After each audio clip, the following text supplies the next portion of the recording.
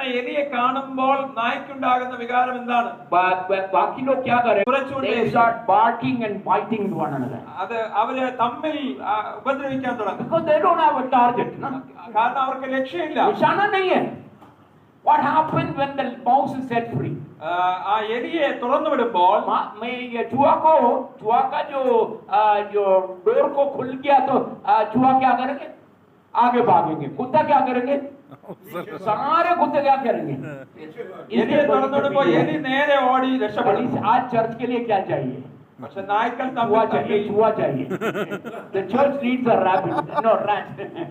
Okay, a common thing to run after. അതുപോലെ നമുക്ക് ഒരു ശരിയായ ലക്ഷ്യം ആവശ്യമാണ്. Praise the Lord, hallelujah. Today God has brought us to pray specifically for Great Commission prayer.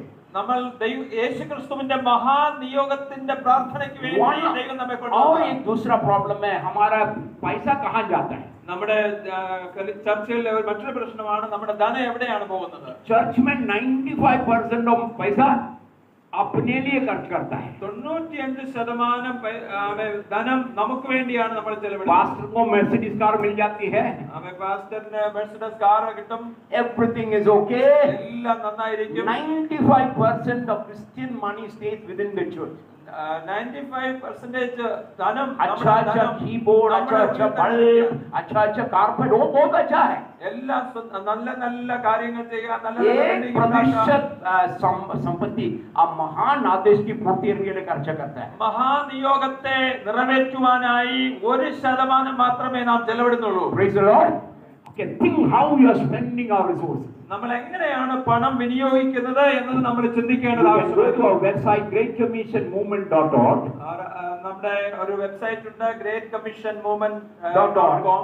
उसमें एक स्ट्रैटेजिक ग्रेट कमीशन इन्वेस्टमेंट नाम की एक पुस्तक है. അതിൽ ഒരു പുസ്തകം നിങ്ങൾക്ക് ലഭിക്കും. വളരെ തന്ത്രപരമായി ധനത്തെ വിനിയോഗം ചെയ്യുന്ന സ്ട്രാറ്റജിക് ഗ്രേറ്റ് കമ്മീഷൻ ഇൻവെസ്റ്റ്മെന്റ്. മഹാനിയോഗത്തിന് വേണ്ടി എങ്ങനെയാണ് വളരെ തന്ത്രപരമായി great commission investment. Okay, we need to be strategic in the way that we are spending money. നമ്മുടെ പണം ഉപയോഗിക്കുന്നതിനെ കുറിച്ച് നാം വളരെ തന്ത്രപരമായി ചിന്തിക്കേണ്ടതുണ്ട്. Let me close now. ഞാൻ അവസാനിപ്പിക്കട്ടെ. Okay, we are part of a global movement called collaborate to saturate. നമ്മുടെ ഒരു പ്രത്യേക സമൂഹമാണ്, ഒരു പ്രത്യേക വിപ്ലവത്തിന്റെ ഭാഗമാണ് നാം. എല്ലാവരും ചേർന്ന് പറഞ്ഞാട്ടെ.